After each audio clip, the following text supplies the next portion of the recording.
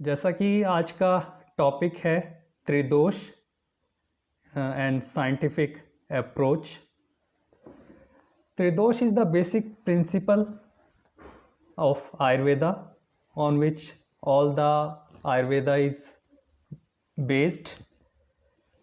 How we can understand it better and how this concept originated in the mind of acharyas. तो इसको हम थोड़ा सा समझते हैं। आचार्य सुश्रुत ने कहा है कि जैसे इस संसार को चलाने वाली 3 शक्तियां हैं, वायु, सूर्य और चंद्रमा, इनका ही एक अंश हमारे शरीर में है और वो है वात, पित्त और कफ। इस वात पित्त कफ को हम बेटर कैसे अंडरस्टैंड कर सकते हैं और एक साइंस का स्टूडेंट है वो उसको कैसे समझे, इस पे हम थोड़ा सा डिस्कस करते हैं। उसको समझने के लिए केमिस्ट्री के कुछ लॉज हम पहले देखते हैं। उसमें से एक है Boyle's law, P1V1 is equal to P2V2। That is, if the temperature is constant, pressure is inversely proportional to volume. This is Boyle's law. Then Charles' law, V1T1 is equal to V2T2, and ideal gas equation PV is equal to nRT। तो इन तीनों जो ये फॉर्मूले हैं इन पे हम ध्यान दें तो प्रेशर, टेम्परेचर और वॉल्यूम, ये 3 फैक्टर्स हैं। तीनों फैक्टर में से कोई भी एक कम होता है तो वो बाकी दोनों को इफ़ेक्ट करता है। इस बेस से मैंने कुछ इनोवेटिव अप्रोच किए ताकि हम त्रिदोष को बेटर समझ पाएँ।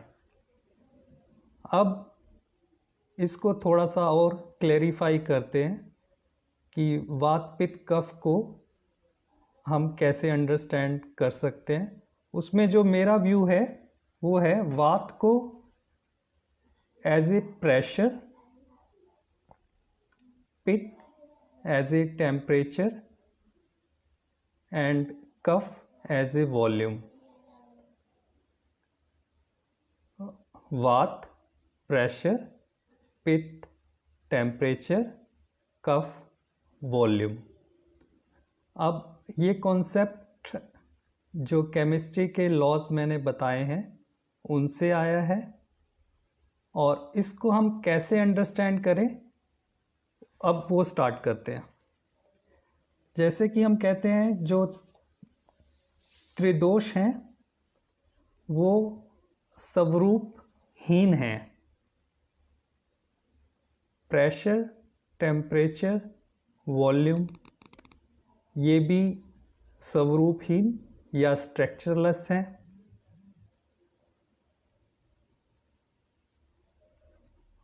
और ये है, हम कहते हैं tridosha are the functional units of the body.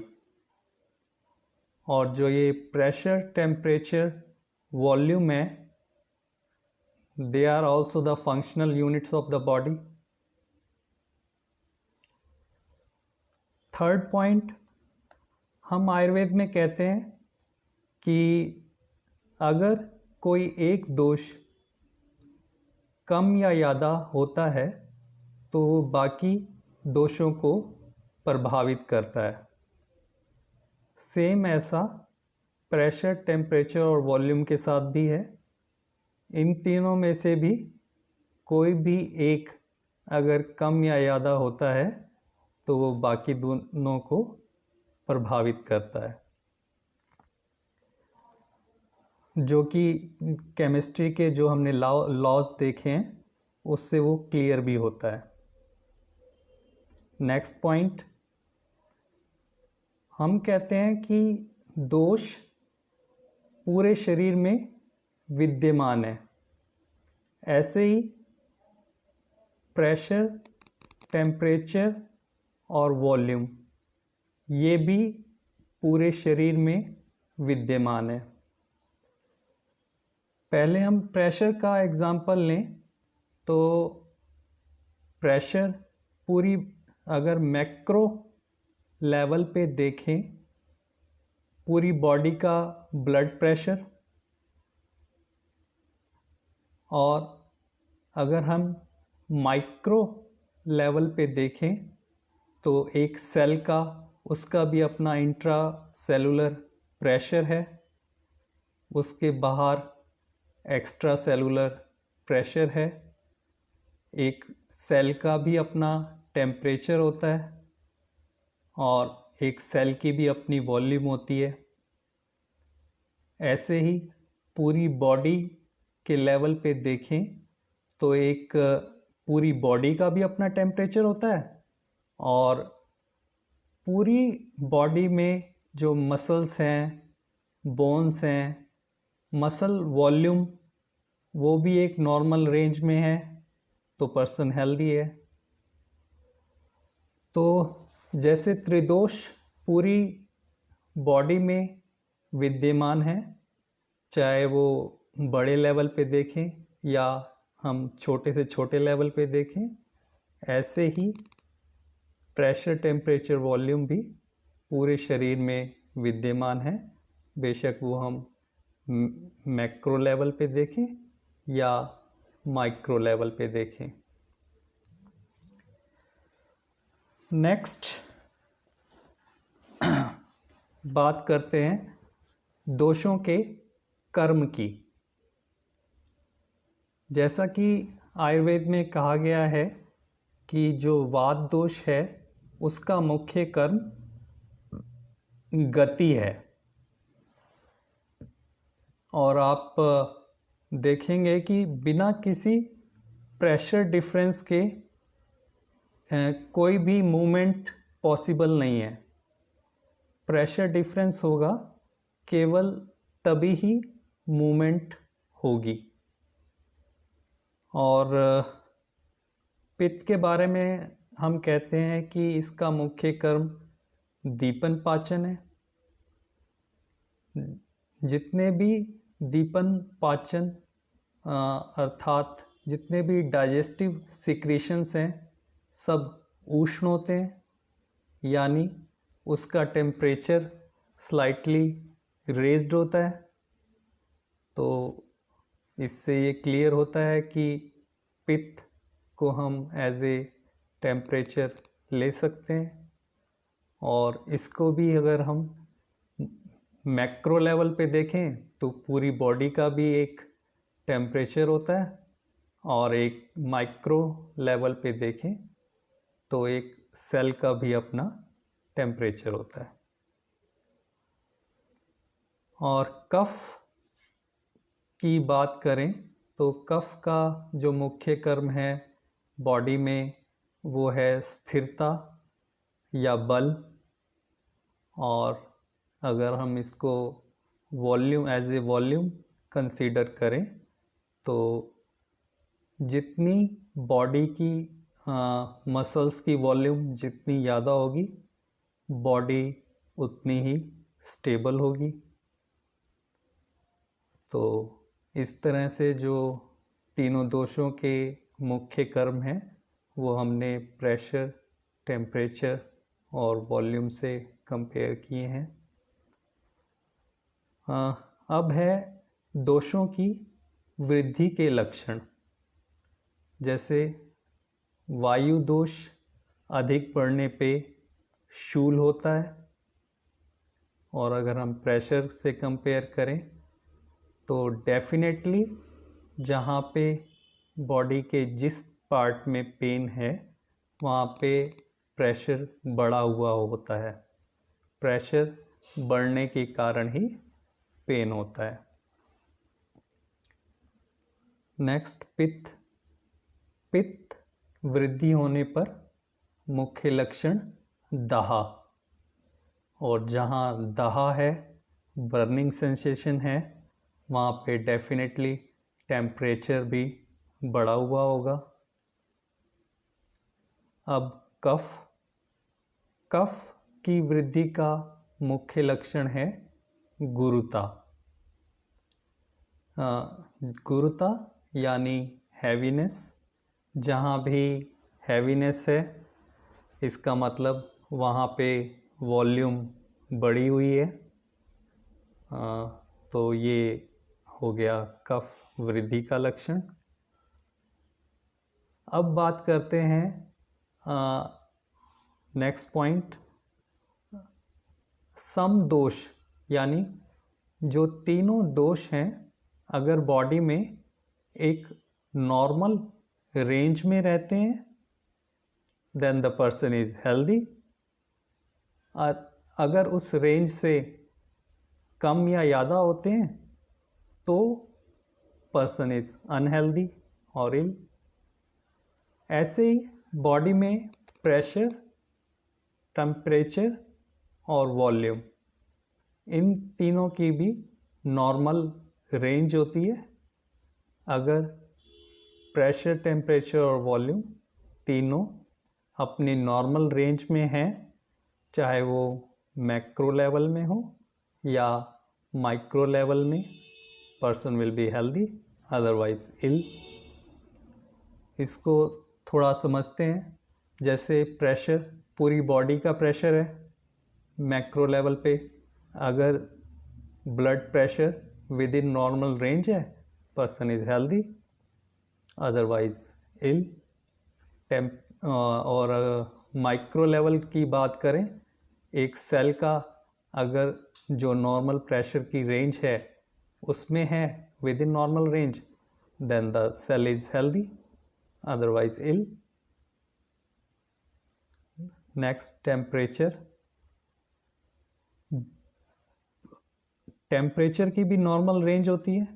अगर पूरी बॉडी के टेम्परेचर को हम लें तो वो ऑलमोस्ट फिक्स होता है, 0.2 0.4 अप डाउन मनुष्य की प्रकृति के हिसाब से मिलेगा। पित्त प्रकृति का स्लाइटली रेज्ड होगा, जो वात प्रकृति है उसका स्लाइटली कम होगा। तो एक उसकी भी एक नॉर्मल रेंज है। उस नॉर्मल रेंज में अगर टेम्परेचर है तो person is healthy, otherwise ill. Same with the volume. चाहे हम पूरी बॉडी में की मसल्स का वॉल्यूम देखें या ब्लड का वॉल्यूम देखें, if that is within normal range, the person is healthy, otherwise ill. और ऐसे ही सेल का भी अपना एक वॉल्यूम होता है। If that is within the normal range, the person is healthy, otherwise ill. ये हो गया समदोष। और नेक्स्ट अब बात करते हैं मुख्य स्थानों की, दोषों के मुख्य स्थान।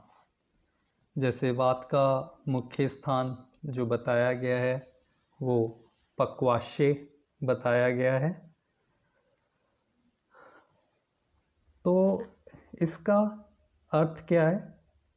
इट मीन्स दैट वात की फॉर्मेशन वहीं पे ही ज़्यादा होती है, वही उसका मेन स्थान है, वहीं से वृद्धि होके ही वो पूरी बॉडी में फैलती है। मतलब जो भी मेन स्थान दोषों के बताए गए हैं, डेफिनेटली वो दोष उसी स्थान पे पाया जाता है, लेकिन उसकी फॉर्मेशन भी सबसे ज़्यादा वहीं होती है। वो जो मेन स्थान है वो एज ए मैन्युफैक्चरिंग यूनिट है, वहाँ पे उस दोष का निर्माण होता है और वहीं से ही पूरी बॉडी में सप्लाई होती है, उसी मैन्युफैक्चरिंग यूनिट से ही पूरी बॉडी में सप्लाई होती है। अब जैसे वात का मुख्य स्थान उन्होंने पक्वाशय बताया है, और अगर हम इसको प्रेशर से कंपेयर करें तो आप देखेंगे कि पक्वाशय से ही हम पूरी बॉडी के प्रेशर को कंट्रोल कर सकते हैं। और जब यहाँ से पक्वाशय से हमने प्रेशर को कंट्रोल कर लिया तो वो पूरी बॉडी के प्रेशर को हमने कंट्रोल कर लिया। इसको समझने के लिए एक छोटा सा एग्जांपल लेते हैं। जैसे वात की मुख्य चिकित्सा वस्ती बताई गई है। वस्ती से एक्चुअली होता क्या है, वस्ती से हम पूरी बॉडी के प्रेशर को कंट्रोल कर सकते हैं, बिफोर वस्ती एंड आफ्टर वस्ती। अगर पेशेंट का आप बीपी चेक करोगे, डेफिनेटली आफ्टर वस्ती जो ब्लड प्रेशर है वो कम मिलेगा। और अगर उस पेशेंट को जॉइंट्स पेन है तो उसकी इंटेंसिटी भी कंपेरेटिवली बहुत कम हो जाएगी आफ्टर वस्ती, क्योंकि जो वात का मुख्य स्थान है पक्वाशय, वहाँ से हमने प्रेशर को रिलीज कर दिया, तो बॉडी के जिन जिन पार्ट्स में, जिन जिन जॉइंट्स में प्रेशर बढ़ा हुआ है वो कम हो जाएगा, क्योंकि उसका जो मेन सोर्स है वहाँ से ही हमने प्रेशर को रिलीज कर दिया। राइट। नेक्स्ट इज पित्त। पित्त का मुख्य स्थान पश्चिमानस्य, और अगर हम देखें या ग्रहणी,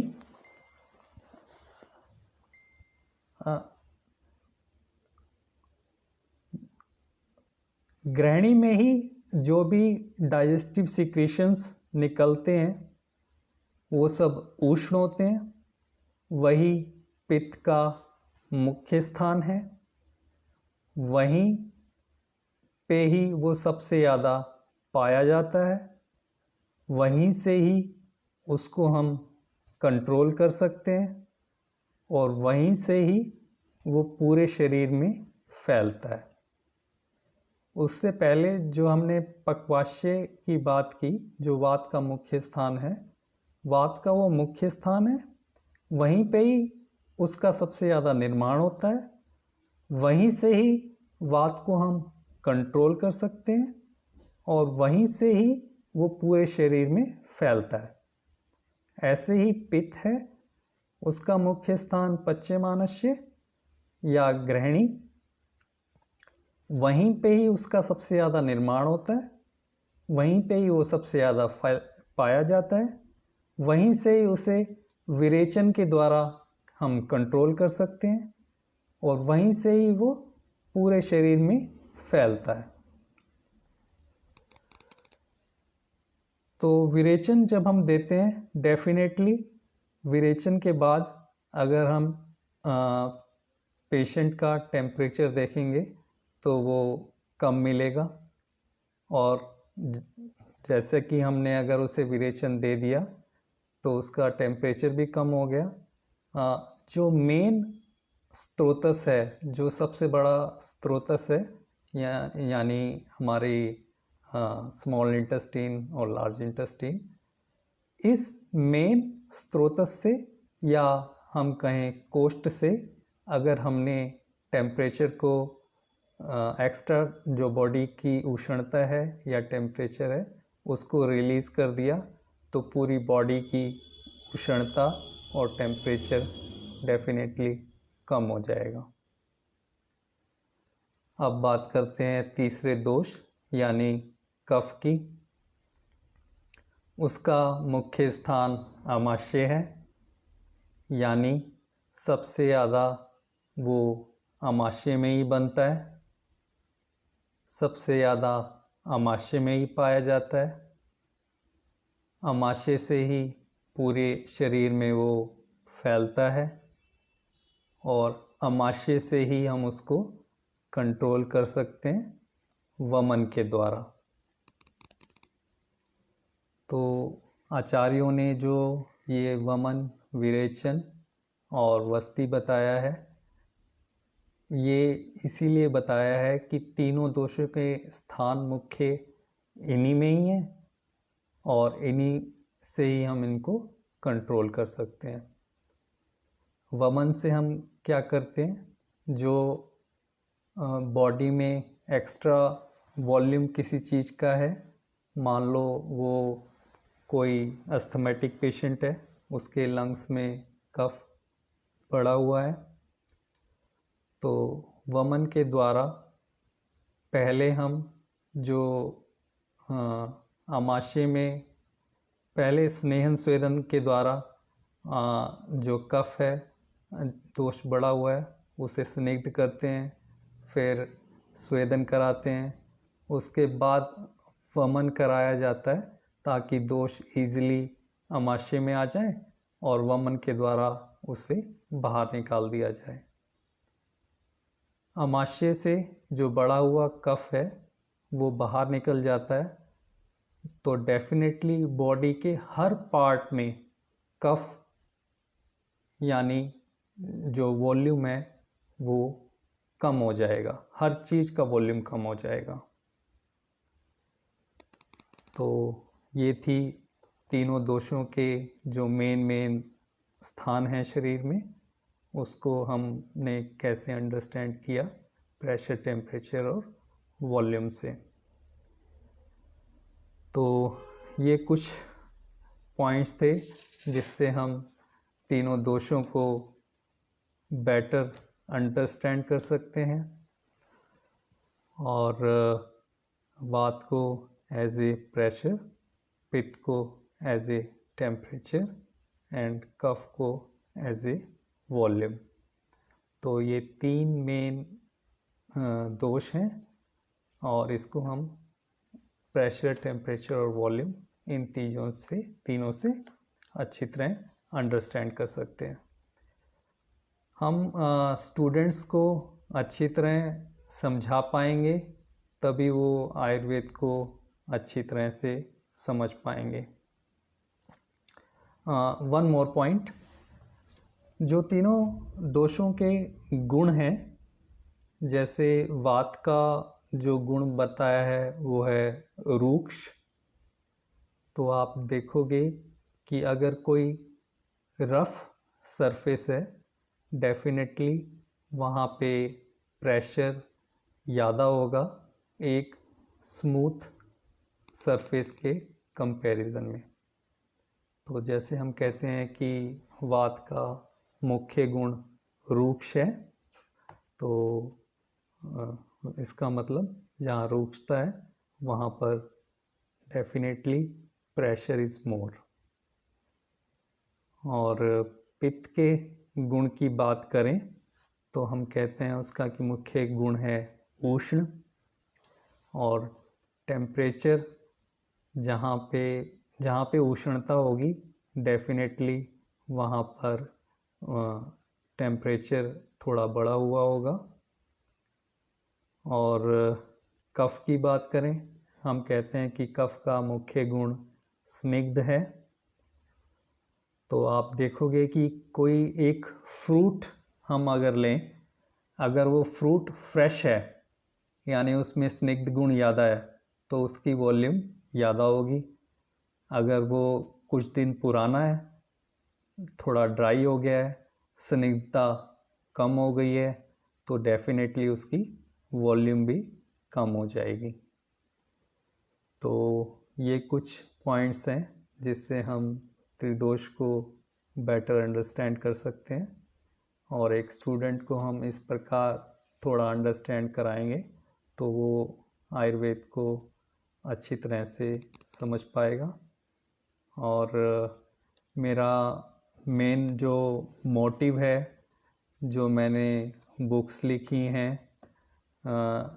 उन सब का मेन मोटिव यही है कि जो एक आयुर्वेदिक ग्रेजुएट है वो जब ग्रेजुएशन में ही वो इतना कॉन्फिडेंट हो जाए कि जब वो प्रैक्टिस में आए तो उसके मन में से यही आवाज़ आए कि बस मुझे एक बस टेबल चेयर चाहिए, बाकी मैं सोसाइटी में अच्छी रिस्पेक्ट और अच्छा पैसा मैं अर्न कर लूँगा। तो सारी बुक्स जितनी भी मैंने लिखी हैं सबका मेन मोटिव यही है। जो मैंने काय चिकित्सा की बुक लिखी है वो उसको 2-2.5 साल हो गए और सब लोगों का इतना प्यार मिल रहा है ऑल ओवर इंडिया, सभी स्टूडेंट्स और सभी टीचर्स उसे पसंद कर रहे हैं। तो मुझे खुद भी बड़ी खुशी होती है कि स्टूडेंट्स आयुर्वेद को की प्रैक्टिकल नॉलेज उन्हें मेरी काय चिकित्सा की बुक से मिल जाती है। और कुछ स्टूडेंट्स के कमेंट्स भी आते हैं कि सर आपकी बुक पढ़ के हम प्रैक्टिस कर रहे हैं। तो मुझे मेरा यही एक मेन मोटिव था बुक लिखने का, जो मुझे लगता है कि अब धीरे धीरे पूरा हो रहा है। और जितने भी मैंने उससे पहले भी मैंने 3 बुक्स लिखी, उन सब का भी मेन मोटिव यही था। पहले जो बुक्स लिखी that was principles and practice of Ayurvedic medicine 2010 में, उसका रिस्पॉन्स अच्छा रहा। फिर उसके बाद लिखी सुपर स्पेशलिटी आयुर्वेदिक चिकित्सा, दैट वाज मच बेटर। अब ये जो काय चिकित्सा की बुक लिखी है इसका रिस्पॉन्स मुझे सबसे ज़्यादा मिला है और मुझे लग रहा है कि मेरी मेहनत सफल हुई है। और उस मैंने बुक को पूरा प्रैक्टिकल टच दिया है और प्रैक्टिस पॉइंट ऑफ व्यू से क्या क्या एक स्टूडेंट को प्रॉब्लम आती है, मोस्ट कॉमन क्वेश्चनिंग पेशेंट की क्या होती है आयुर्वेदिक प्रैक्टिस में और उसका क्या आंसर देना चाहिए, जो बेसिक मार्केटिंग है क्लिनिक के लिए वो कैसे करनी चाहिए और किस किस तरह की मार्केटिंग का क्या क्या रेस्पॉन्स होता है, वो भी सब मैंने उसमें मेंशन किया है। तो ओवरऑल उसको मैंने एक कंप्लीट टच देने की कोशिश की है कि जितने भी पॉइंट्स हों सारे मैंने कवर किए हैं, जो एक स्टूडेंट चाहता है कि मुझे प्रैक्टिस करने के लिए इन पॉइंट्स की ज़्यादा ज़रूरत है। और पहले जो वैद्य थे उनका एक ही मेन ड्रॉबैक रहा, जो भी नॉलेज उनको थी वो अपने साथ ही लेके चले गए।